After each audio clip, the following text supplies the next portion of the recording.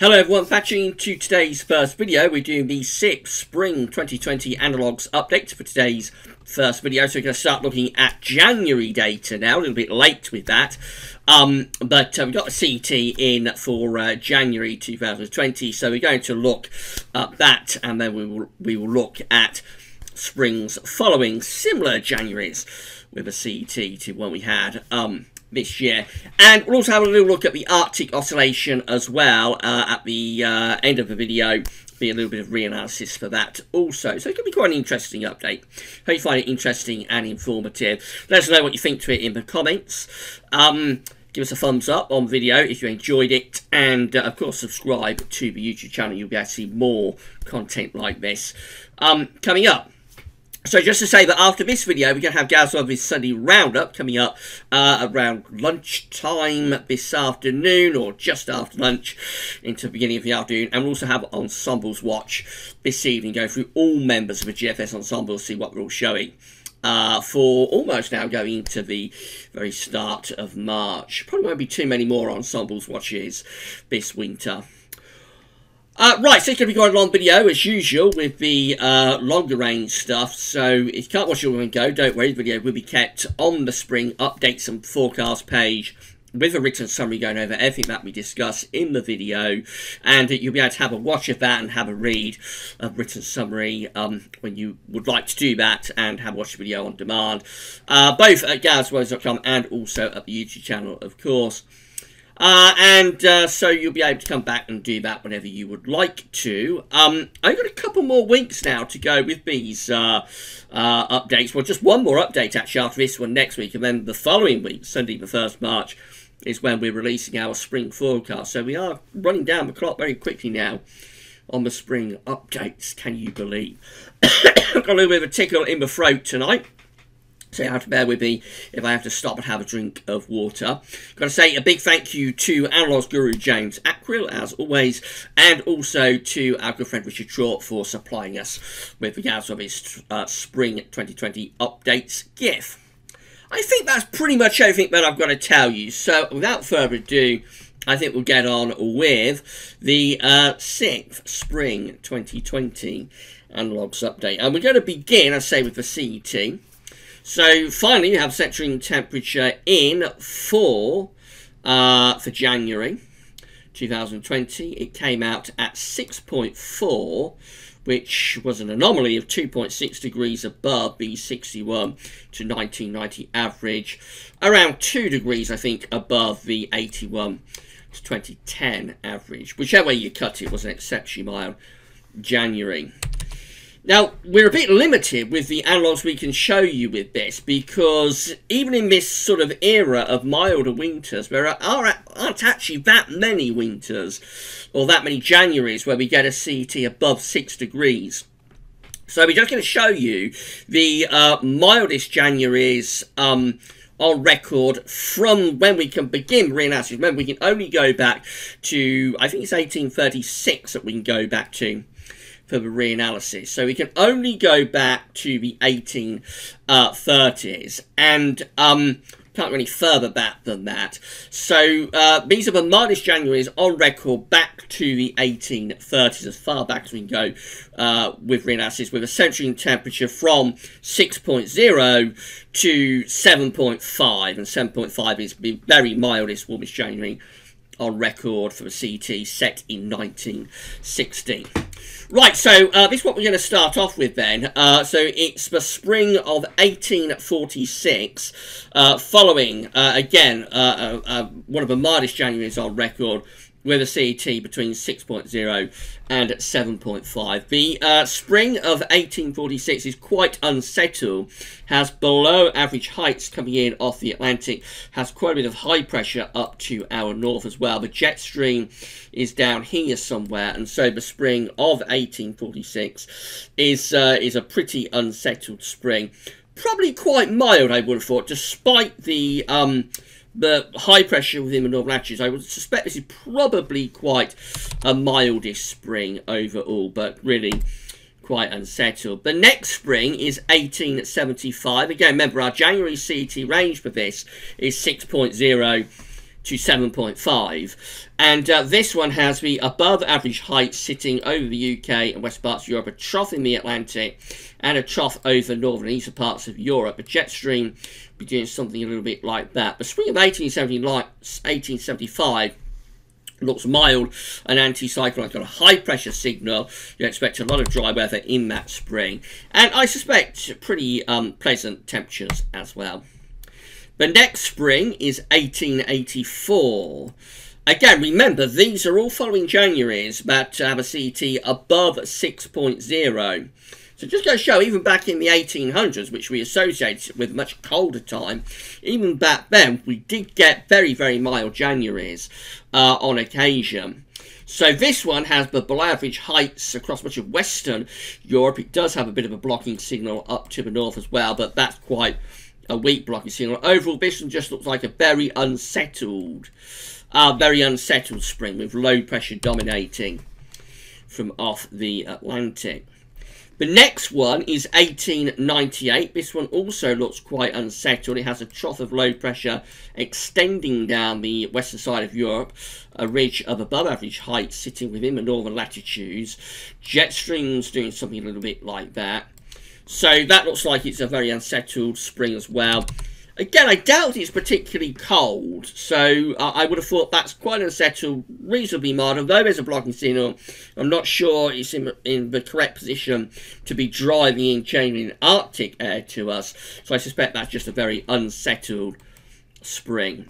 Quite a long gap then through to 1916, and of course this spring follows the mildest January on record with a CET of 7.5. January 1916 does have that CET of 7.5, which has never been beaten so far. We still wait for a January as mild as that, or milder. The spring of 1916, following that exceptionally mild January, is very unsettled, with below average heights across much of northern and western Europe, particularly centred over UK. It does have quite a strong blocking signal as well. This is indicative of a cold March. Had a cold end to February in 1916, following that exceptionally mild, record-breakingly mild January. And then March 1916 was quite a lot colder. It had regular cold intervals with a fair amount of snow. I think the rest of the spring of 1916 turns milder, but it is a very unsettled spring, and winter does happen very late on in 1916. So overall, quite a cold and unsettled spring, particularly cold in March of 1916. And then the second mildest January on record is only 5 years afterwards. It's 1921. January 1921 is the second mildest January on the CET record, just a little bit shy of January 1916. So the spring of 1921 must have been remarkable, wasn't it, to have got two such exceptionally mild Januaries so close to one another. 1916, 1921, but of course it does have in the middle of that freezing cold January in 1917. Anyway, the spring of 1921 has above average heights both to our west and also to our east. Low pressure is up to the north. It looks like it's a mild spring, so very different to the spring of 1916. This is quite a mild spring. Probably not overly unsettled. I think it's quite westerly, but there's a lot of ridging around, and so I suspect there's quite a lot of dry weather on offer through that spring, and also really quite mild too. Then we go through to 1932. This is a cold and unsettled spring with below average heights, again covering much of northwestern Europe, and a proper northern blocking signal up towards Greenland. That looks like it would be a cold, unsettled and also wintry spring in 1932. A really long gap then from 1932 to 1975. So between 1932 and 1975 there was not a single January that had a central temperature above 6 degrees. So that just goes to show how cold the middle years of the 20th century were, through the 1940s, 50s, 60s and so on. And so we arrive at this spring of 1975, following the exceptionally mild January of 1975. And this one has above average height centered out to our west. It has below average heights to our south and southeast. Quite a lot of high pressure, so it's pretty dry spring, but also regularly cold. It has a potent cold snap through April of 1975, and of course it also has the early June snow on the 2nd of June 1975, where snow showers push south across many parts of the country. So it's a reasonably dry spring, but it is also a cold spring in 1975.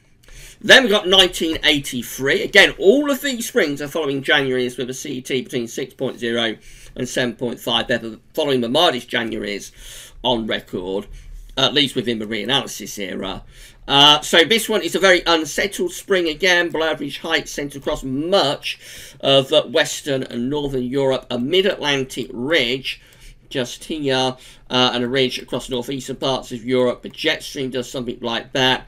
After a very mild winter, this has a cold spring, has a classic white Easter. There's a white Easter in 1983 after what was a very mild January. And then 1989, notice how now we're suddenly starting to get more frequent with these springs following Januaries with a CET of 6.0 or more. So the spring of 1989 looks like it's quite an unsettled spring, below average heights out to the north and west and bringing in sort of a west-southwesterly flow. It probably looks worse than it is. I don't think March 1989 is overly unsettled. And May 1989 actually gets the summer off to a very warm, even quite hot start at times through May 1989. But in the middle, in April, there's a very cool, unsettled, in fact quite cold month. And most of the snow around the end of the 1980s happens in April 1989, which is quite a cold and unsettled month. So that probably skewers the reanalysis a little bit for 1989 in the spring and makes it look a little bit worse than it is. And we only have to go on one more year to 1990 then. Again, we have two exceptionally mild Januaries back to back with 1989 and 1990. The spring of 1990 is very different to the spring of 1989. This one is a warm, dry, anticyclonic spring with loads of high pressure covering much of Western and Northern Europe. Low pressure is up here with the jet stream being pushed northwards. The summer pattern is already starting to bed in. It's a hot summer, of course, in 1990, as it is in 1989, a pair of hot summers. So the summer pattern is already bedding in, and after exceptionally mild January, you have a warm and dry spring in 1990, setting up, of course, the hot summer of 1990. Quite a long gap again, then, to 2005, so we have to wait 15 years for another January with a CET of 6.0 or more. This one, January, spring 2005, has lots of low pressure coming in from the Atlantic into UK, Northern Europe. It does have quite a strong blocking signal as well. This is quite an interesting winter. It has an exceptionally mild first half to January 2005. In fact, I remember at the time there was lots and lots of speculation that 1916 was going to go, but was going to beat 1916 and potentially beat it very easily.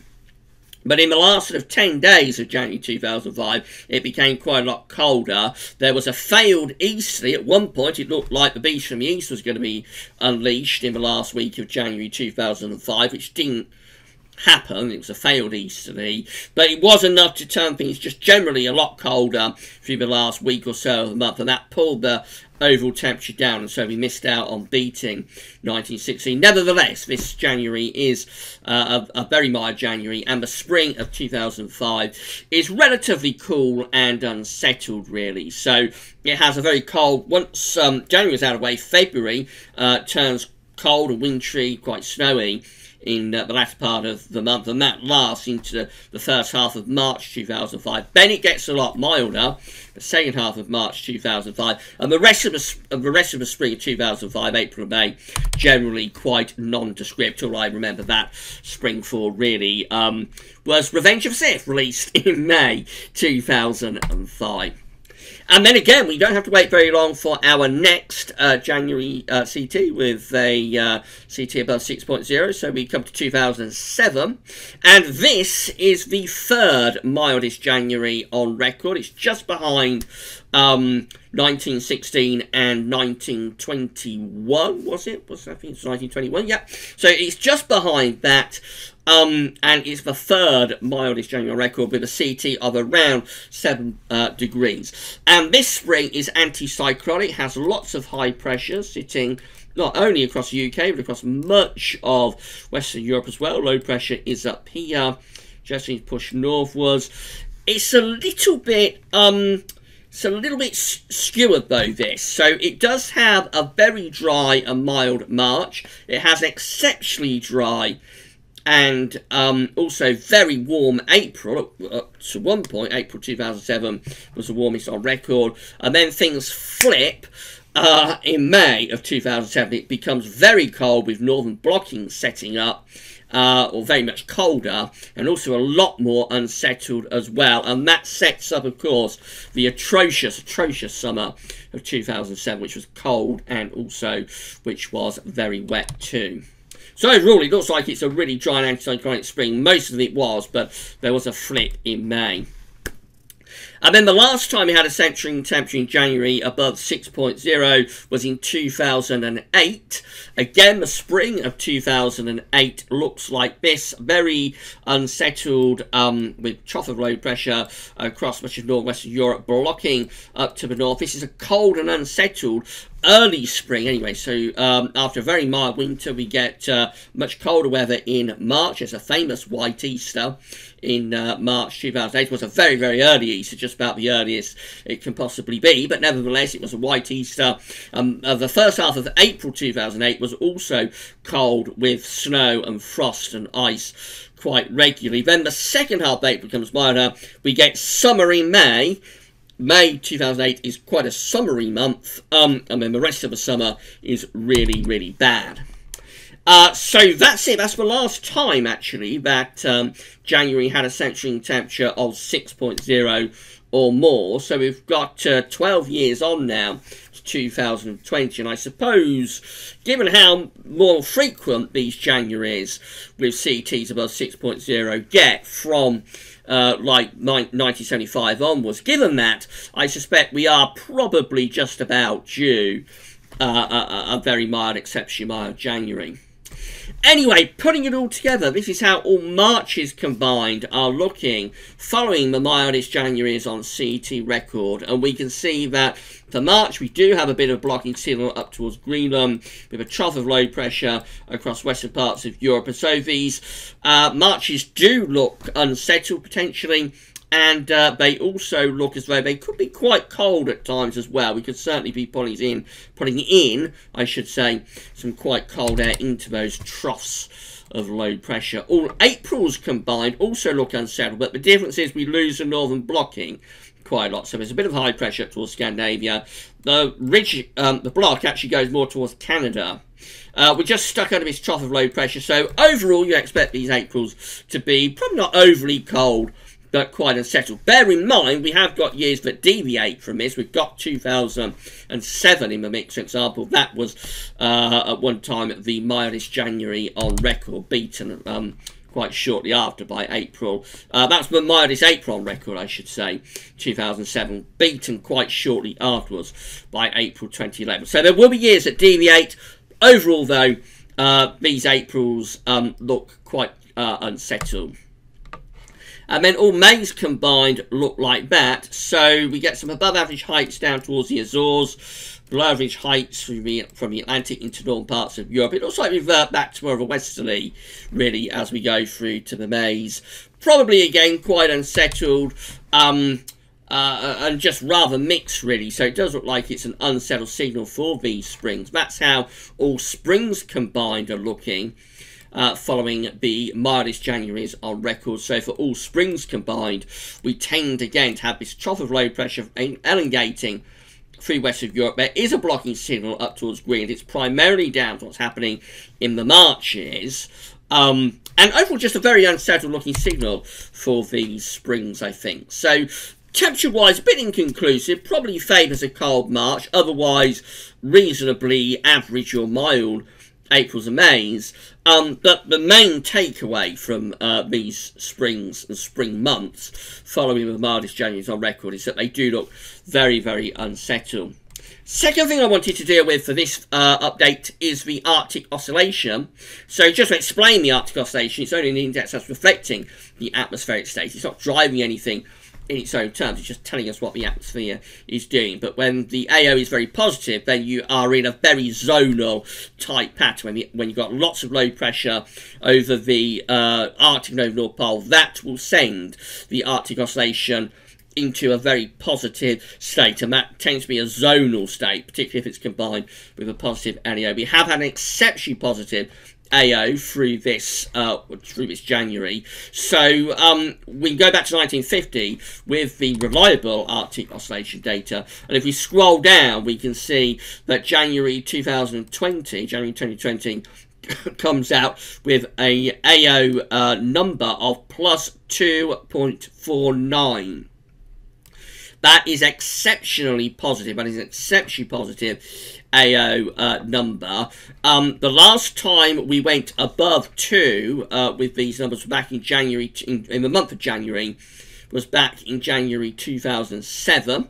So I've already dealt with January 2007, of course, but the last time we had a January AO above 2 on the scale was back in 2007, and then before that we have to go back into the 1990s. So back to 1950, the second most positive AO January was in 1989. It went to plus 3.19.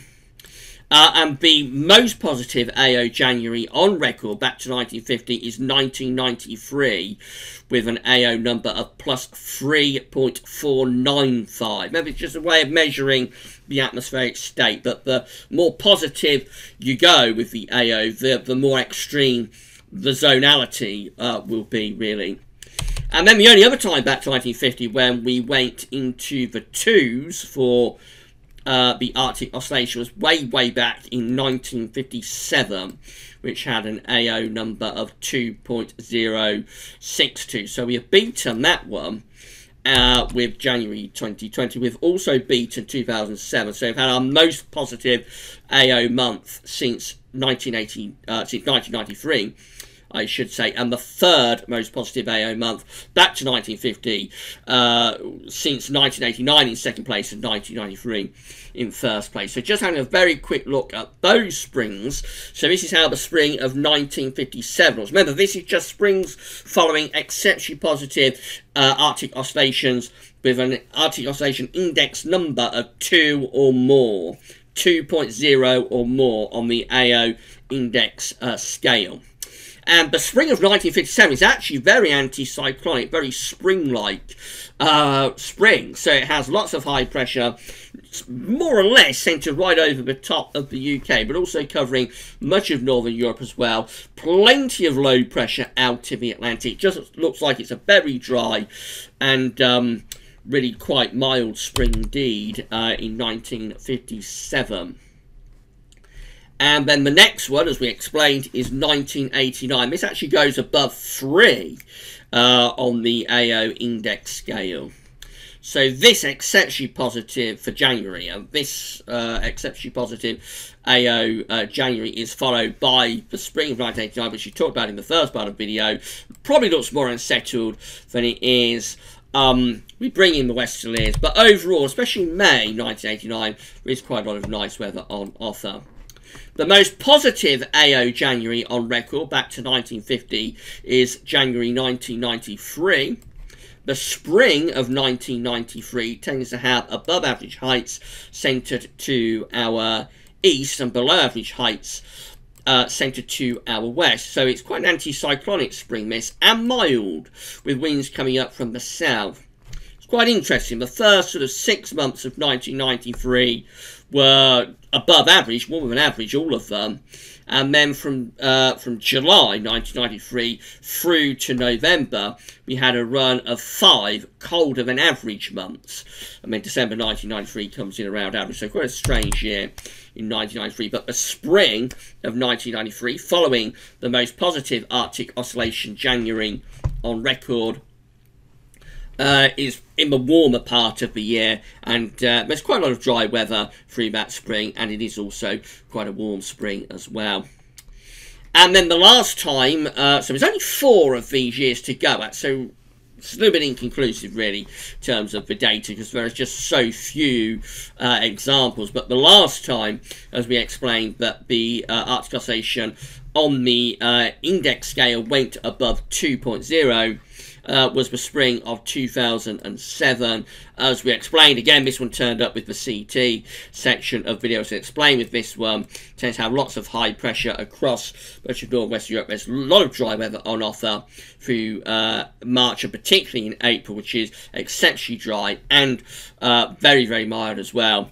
But then we go into May and we get that flip, and it turns much colder and much wetter. Interesting that 2007 is turning up in both analog packages, and it's not a particularly good analog for summer, I'll say no more than that. But then of course we've got 1989 turning up in both analog packages as well.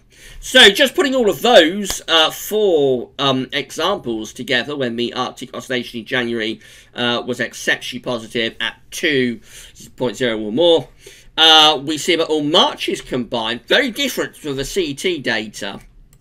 All Marches combined tend to have above average heights centred over just to the east of the country.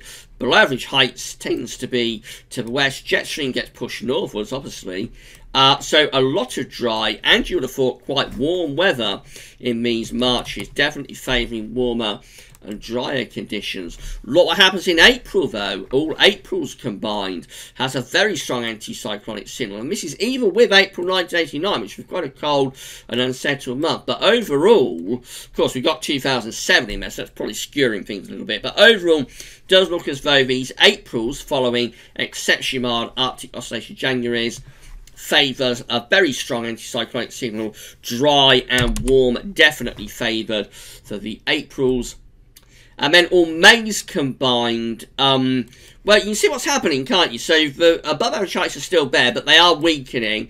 They're being pushed southwards, being squashed southwards, as it looks like low pressure is reinvigorating to the north. Could that be a bit of an ominous sign, a bit of an ominous signal for the summer months?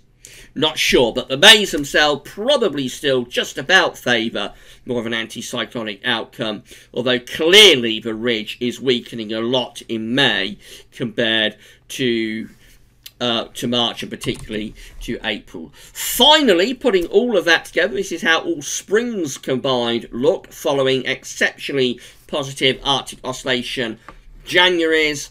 And it's an anticyclonic signal, very different to the CT package that we had a minute ago. It's an anticyclonic signal with low pressure tend to be out to the northwest. Big area of high pressure centred over and just to the east of the country. A large ridge there. Jet stream does something like that. So, yeah, warm, dry signal overall for these springs following exceptionally positive AO conditions in January. The caveat, of course, with that is that there is only 4 years other than 2020, back to 1950, where the Arctic oscillation was as positive as this. You know, when the Arctic oscillation went to 2.0 or more on the scale. So it's a very, very limited package of analogues. But within that, obviously looking much more anticyclonic, looking like a much drier and warmer spring compared to the CT data that we looked at in the video. So it's food for thought. It's all quite inconclusive. I have to say. And we've only got one more update to do next week, and then after that we're going to have to produce the spring forecast. I'm struggling a little bit with this season, I have to say. Got a few ideas whirling away in the grey matter, and I will bring you that spring forecast for 2020 on Sunday the 1st March, which I say is just 2 weeks away now. So the last spring 2020 update will be next weekend, and then after that, got spring forecast. Right, this video we placed on the spring updates and forecast page with a written summary. Excuse me, going over everything that was discussed in the video. You're able to watch the video on demand and have a read of that written summary. I'll get it for you tonight. Between now and then, we've got Gazza with his Sunny Roundup coming up, and we'll also have Ensemble's Watch as well. So keep checking back to all of the updates. But that's all for now, and thanks for watching.